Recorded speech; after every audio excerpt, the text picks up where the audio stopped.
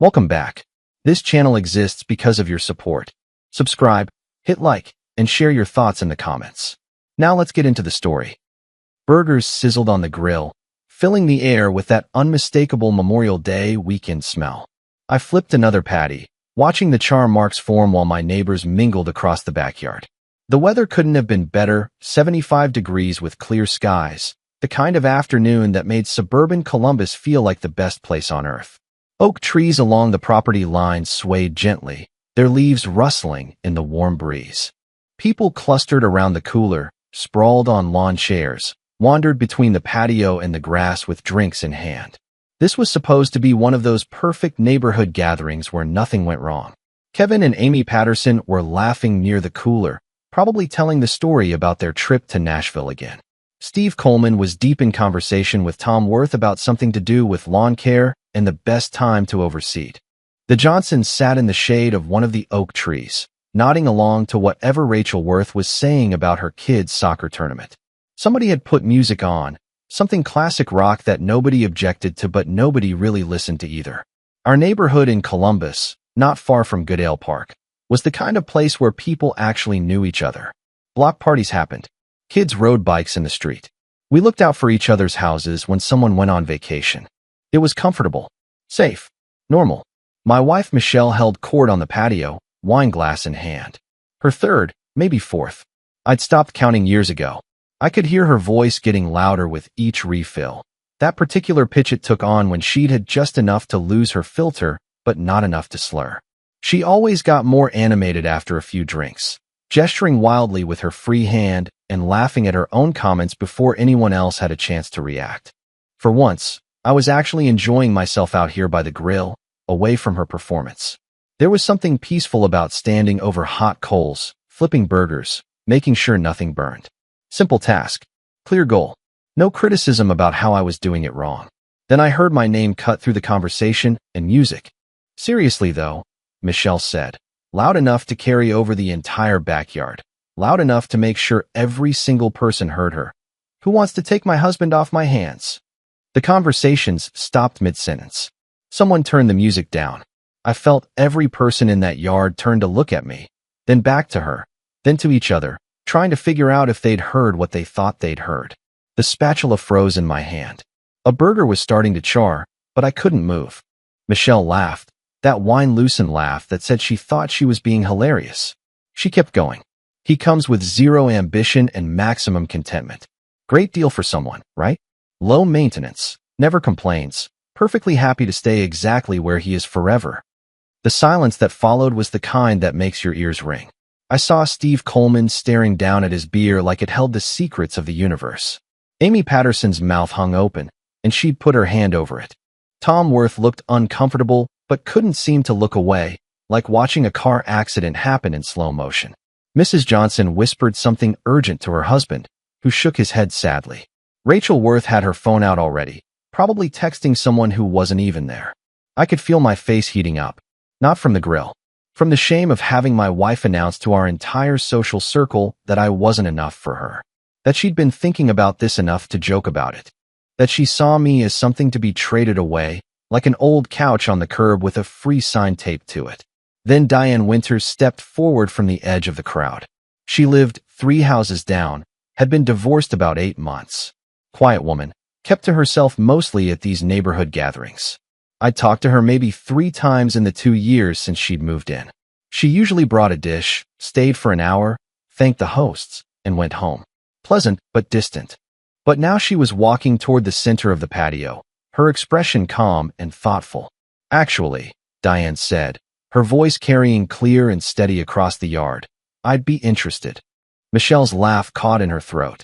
The wine glass stopped halfway to her lips. I watched the smug expression on her face start to waver, confusion creeping in around the edges. This wasn't how this was supposed to go. People were supposed to laugh. Maybe give me sympathetic looks. Not actually volunteer. When would you be free? Diane asked me directly, her eyes meeting mine. The yard went completely silent. You could hear the burgers sizzling on the grill behind me. Someone's eyes shifted in their drink. A bird called from one of the oak trees. But nobody spoke. Nobody moved.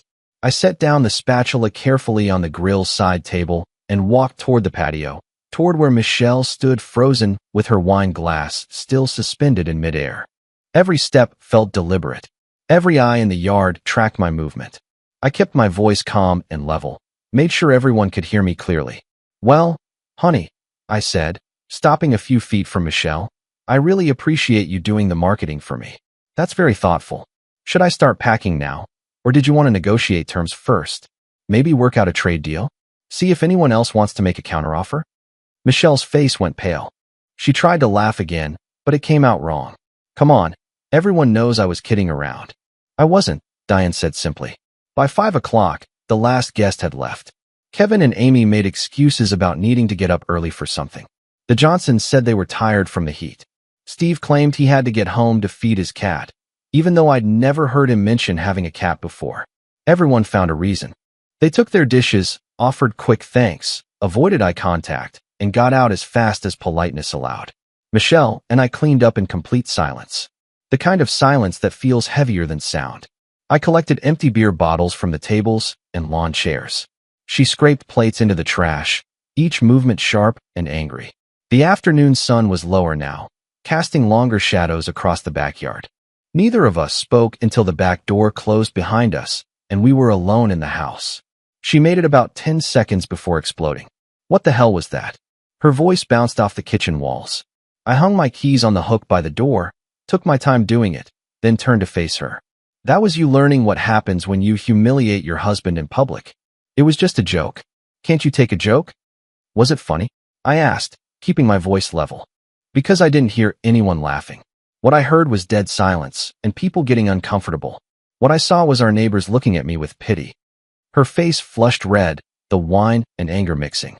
"You embarrassed me. You actually played along with her in front of everyone. You made me look like a fool." I stared at her for a long moment, letting that sink in. "I embarrassed you? Let me get this straight. You stand up in front of our neighbors, people we see every week, people we've known for years, and you tell them your husband has no ambition and isn't worth keeping. You literally ask if anyone wants to take me off your hands like I'm some kind of burden you're trying to unload. But somehow I'm the one who embarrassed you? You know what I meant. I was just being social, making conversation. When was the last time you said something nice about me to your friends?" I asked. The question came out harder than I'd intended. When was the last time you bragged about your husband to anyone? When was the last time you made me sound like something other than a disappointment? She opened her mouth, then closed it. No answer came. "She's just a desperate, divorced woman looking for attention," Michelle said finally. "And you encouraged her." "She was the only honest person there," I replied. "You offered to trade me away like a used car, and she said she'd take me. I don't see the problem with that." "The problem is you're my husband." "Am I?" The question hung in the air between us. "Because 5 minutes ago you were trying to give me away to anyone who'd take me." Michelle paced now, her hands shaking. "You can't be serious about this." "I'm going to sleep in the guest room," I said. "We can continue this conversation tomorrow when you've had time to think about what you really want." "You can't be serious." I walked past her toward the stairs. "Dead serious. Good night." As I climbed to the second floor, I could hear her starting to cry. For the first time in our 9 years of marriage, I didn't feel the urge to go back and comfort her. I lay awake in the guest room for hours that night, staring at the ceiling in the dark. The bed was smaller than I was used to, the mattress harder. But it wasn't the bed keeping me awake. I could hear Michelle moving around in the master bedroom down the hall. Pacing, probably. Maybe crying. The floorboards creaked with her movements. Probably not sleeping either. Diane's words kept echoing in my head. "When would you be free?" Like it was a real question with a real answer. Like being with me was something someone might actually want, not just something they had to tolerate. How long had I been accepting Michelle's disrespect? The questions circled in my mind, demanding answers I didn't want to examine. How many times had she made little comments about my career? About how I should want more, should push harder, should be climbing some ladder I'd never wanted to climb in the first place. How many times had she compared me to other husbands? To her friends' partners who made more money, who had bigger titles, who drove better cars? How many times had I just let it slide, told myself she was just venting, just having a bad day, just worried about our future? When had I started making excuses for her contempt? I remembered the look on her face when Diane volunteered. That split second of panic before she tried to cover it with more laughing. She'd expected me to stand there and take it. Expected me to play the part of the good sport, maybe make a self-deprecating joke to ease the tension. She definitely hadn't expected consequences. The clock on the nightstand glowed 2:47 a.m. I turned onto my side, punched the pillow into a different shape. Somewhere in the house, a pipe creaked. The refrigerator hummed. Normal sounds of a house at night. But nothing felt normal anymore. Morning light came through the guest room window around 6. I heard Michelle get up at 7, heard her in the kitchen. The smell of bacon drifted upstairs by 7:30. When I came down at 8, she was wearing her best apron, hair done, makeup perfect. The kitchen table was set with my favorite breakfast. Eggs, bacon, toast, fresh coffee. Everything arranged like a magazine photo. "Good morning, honey," she said. Her voice was too sweet, too bright. I poured myself coffee and sat down. "What's the occasion? Can a wife make breakfast for her husband?" "This wife can," I said. "The question is why." She set a loaded plate in front of me. "Look, maybe I had a little too much wine yesterday. Maybe I said some things I didn't mean. That's not who I really am. You know that." I took a bite of the eggs. "Actually, I think that's exactly who you are. Yesterday was just the first time you said it out loud in front of witnesses." Her face flushed. "That's not fair. When did you last brag about me to anyone?" I asked again. "When did you last tell someone how lucky you were to be married to me?" She went quiet for a long moment. Before she could answer, the doorbell rang. Through the kitchen window, I could see Diane on the front porch, holding a coffee mug. Michelle's entire body went rigid. "Don't answer it." I stood and walked to the door. "Morning, Diane." "Morning, Rob. Sorry to bother you, but I ran out of sugar. Store doesn't open for another hour. Could I borrow some?" "Of course. Come on in." Michelle appeared in the doorway, still wearing that fake smile. "Diane, how unexpected." "Hope I'm not interrupting anything," Diane said, though her tone suggested she didn't particularly care if she was. "Not at all," I said. "Just having breakfast. Would you like some coffee?" "That would be lovely." I poured her a cup while Michelle stood there, arms crossed. Diane sat down at the kitchen table like she'd been invited to stay. "Am I missing something here?" Diane asked, looking between us. "We were having a private conversation," Michelle said through gritted teeth. "Were we?" I asked. "I thought we were done talking." Diane took a sip of coffee. "About yesterday? The cookout thing?" Michelle's coffee mug hit the counter harder than necessary. "There was no misunderstanding on my part," Diane continued calmly. "I meant every word I said. I've been thinking about it all night, actually. The more I think about it, the more I like the idea." "That's not happening," Michelle said, voice shaking. "Why not?" Diane asked innocently. "Yesterday you made it sound like he was more trouble than he was worth. Zero ambition and maximum contentment. Those were your exact words." "That was a joke. Was it funny?" Diane asked, using my exact words from the night before. I couldn't help but smile. Michelle noticed. "Are you two ganging up on me now?" "Nobody's ganging up on anyone," Diane said. "I'm just saying that alcohol doesn't create thoughts. It just removes the filter that usually keeps us from expressing them." "That's ridiculous. Can I ask you something?" Diane leaned forward, setting her coffee cup down deliberately. "What exactly do you contribute to this household?" Michelle's mouth fell open. For a moment, no sound came out. "Excuse me. It's a simple question. You're sitting here criticizing your husband for not being ambitious enough, for being content with what he has, for not pushing himself harder. So what do you bring to the table? What's your contribution to this partnership?" "I'm his wife." "That's not a contribution," Diane said, her tone matter of fact. "That's a title. I asked what you contribute. What do you do? How do you support this household?" Dead silence filled the kitchen. I could hear the refrigerator humming. The clock on the wall ticked. Michelle's breathing got faster. "I take care of the house," Michelle said finally, her voice defensive. "Do you work?" Diane asked. "I'm between jobs right now." "How long have you been between jobs?" Michelle looked at me desperately, pleading with her eyes for me to rescue her from this conversation, to shut it down, to defend her. But I was curious to hear her answer too. I wanted to know what number she'd give, how much she'd try to minimize it. "A few months," Michelle said, her voice small. I spoke quietly, calmly, but firmly. 15 months. Diane's eyebrows went up. She took a slow sip of her coffee, let the number hang in the air. 15 months. And you're criticizing his ambition? His drive? His contentment with a job that actually pays the bills? That's different, Michelle stammered, her hands starting to shake. How? Because I'm looking for the right opportunity. I'm being selective. I don't want to just take anything. For 15 months. It's a competitive market. It takes time to find something that's a good fit. Diane tilted her head. But in those 15 months, who's been paying the mortgage? Who's been covering the groceries, the utilities, the car payment on the vehicle you drive? Who's been keeping this household running while you look for the perfect opportunity? Michelle was completely flustered now. This is none of your business. You made it my business yesterday when you offered to trade him to me. I stood and walked to the window.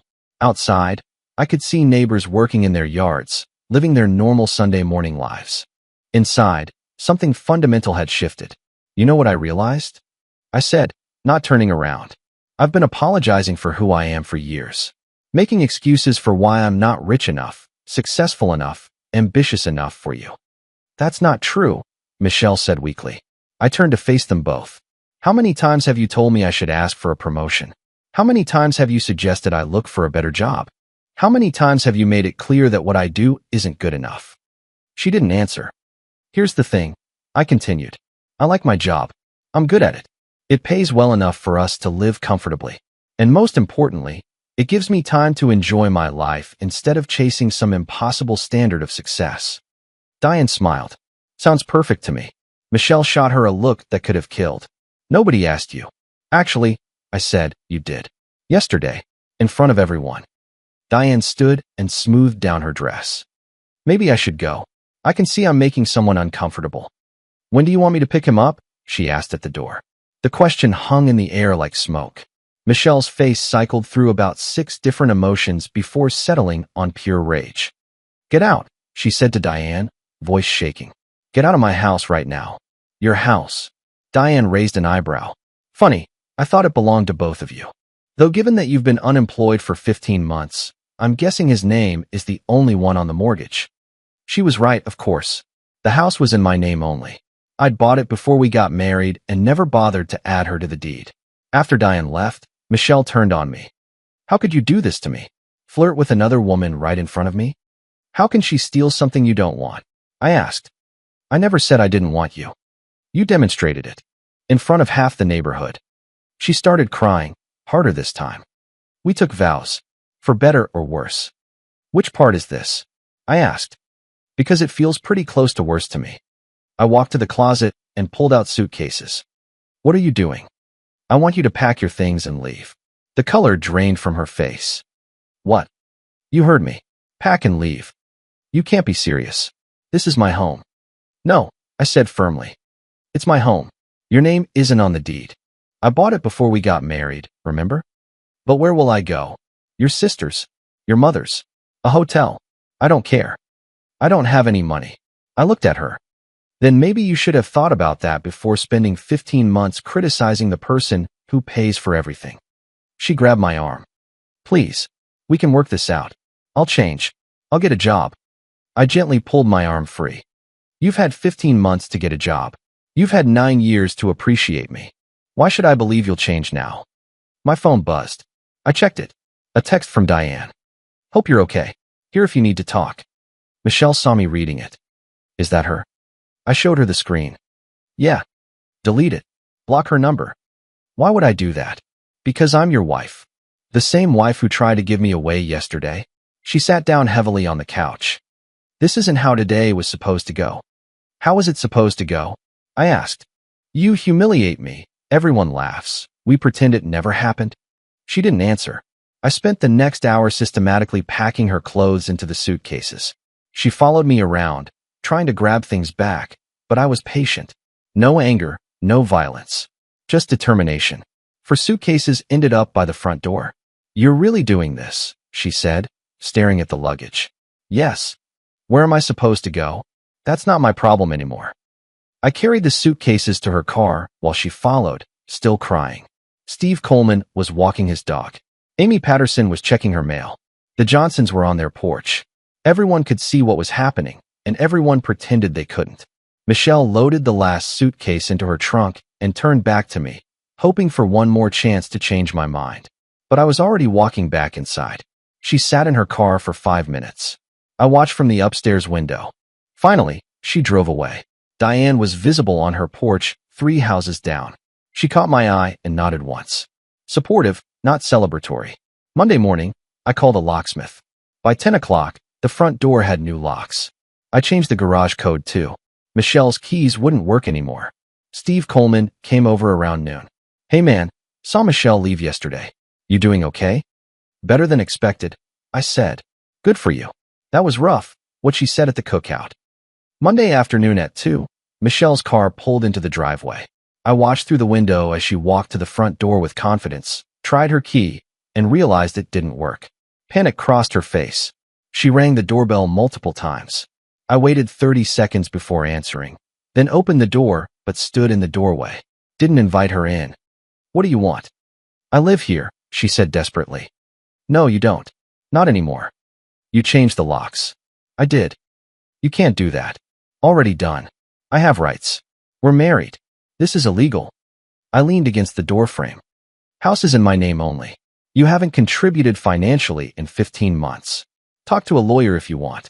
They'll tell you the same thing. She pulled out her phone. I got a job. Target. I start next Monday. See, I'm changing. Good for you, I said. You should have done that 15 months ago. This proves I'm trying. Can we please just talk? There's nothing to talk about. Everyone in the neighborhood hates me now, she said quietly. That's not my problem. You made your choice in front of them. Now you deal with the consequences. Diane happened to walk past on the street right then. She saw the confrontation, but kept walking. Michelle noticed. This is all because of her. No, I said firmly. It's all because of you. She just pointed out what was already true. I love you. No, you don't. You love what I provided. There's a difference. I stepped back.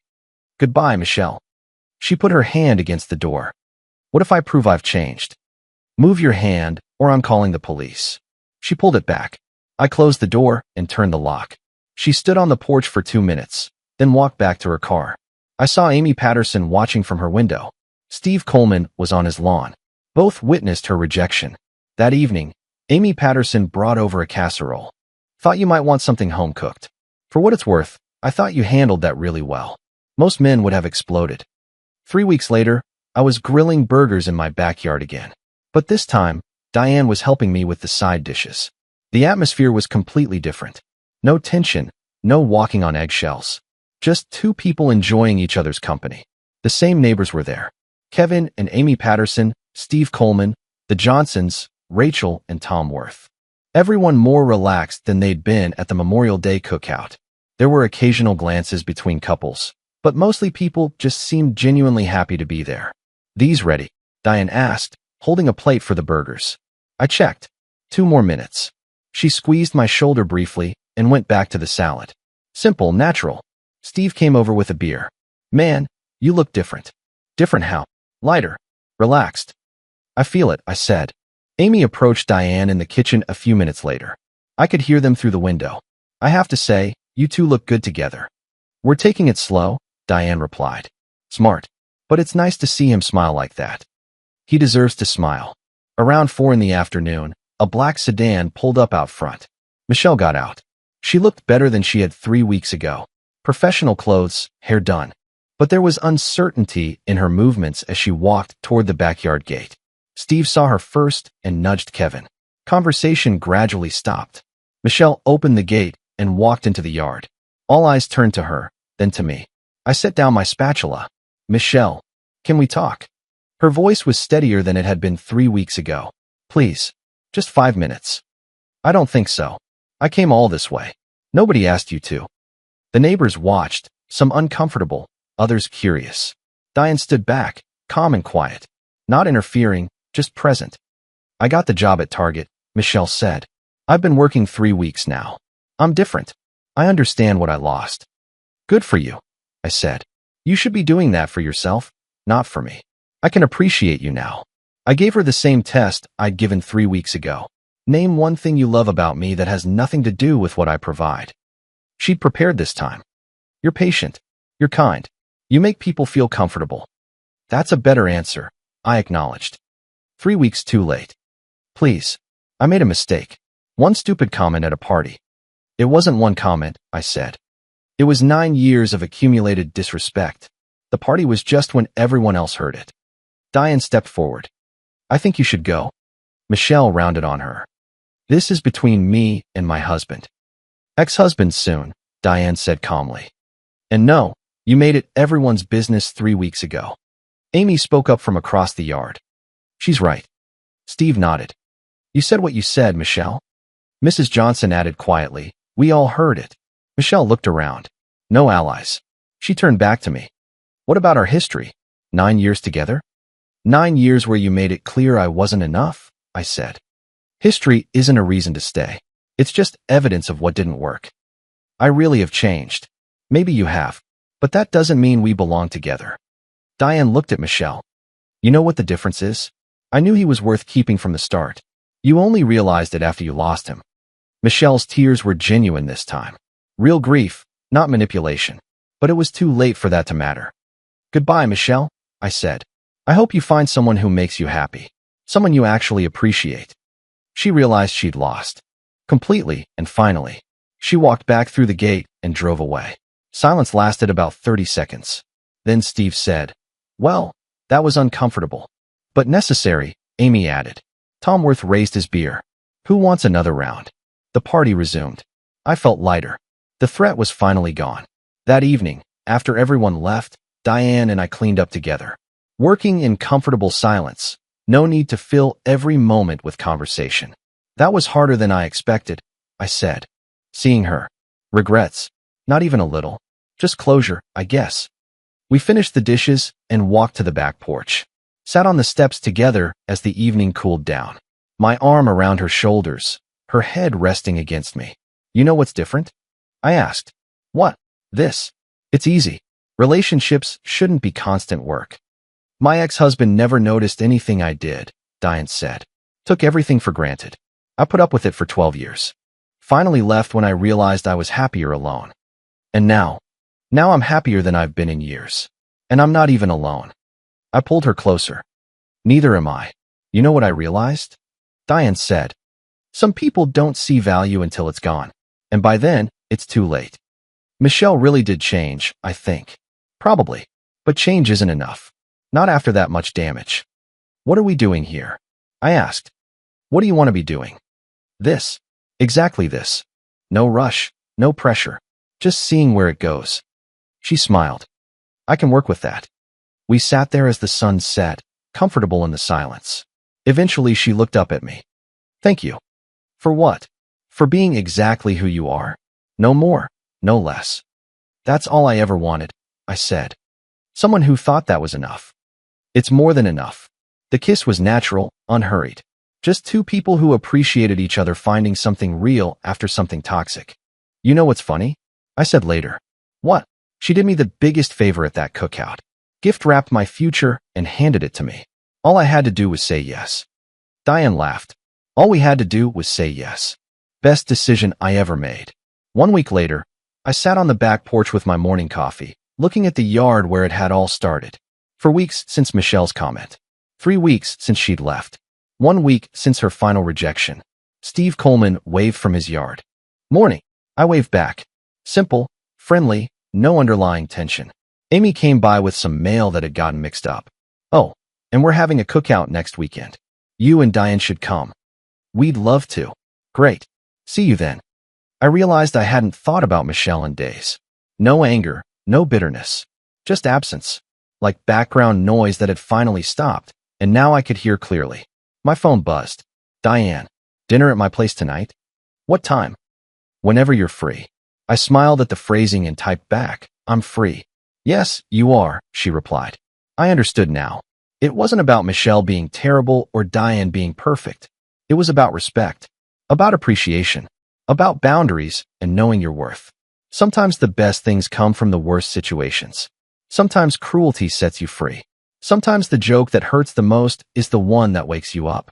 Sometimes you have to lose respect to find self-respect. I finished my coffee and headed inside. Plans to make for dinner with Diane. Life moving forward. No looking back. Finally free. Finally appreciated. Finally enough. The smell of fresh coffee lingered in the morning air. Birds sang in the trees. And I felt peace. Real peace.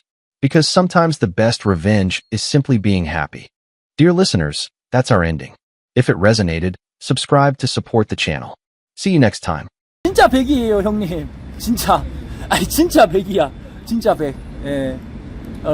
형님, 진짜 100이에요. 진짜 100. 예. 좋겠습니다. 진짜 100이에요.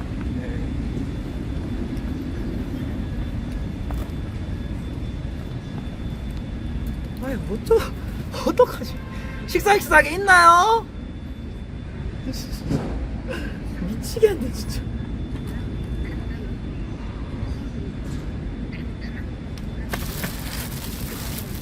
버그 아니야, 진짜야.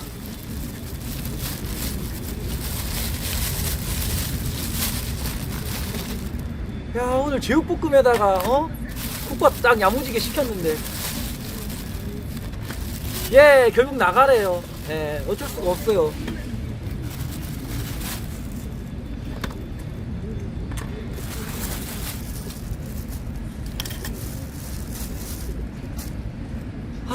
일단 방제 바꿀게요.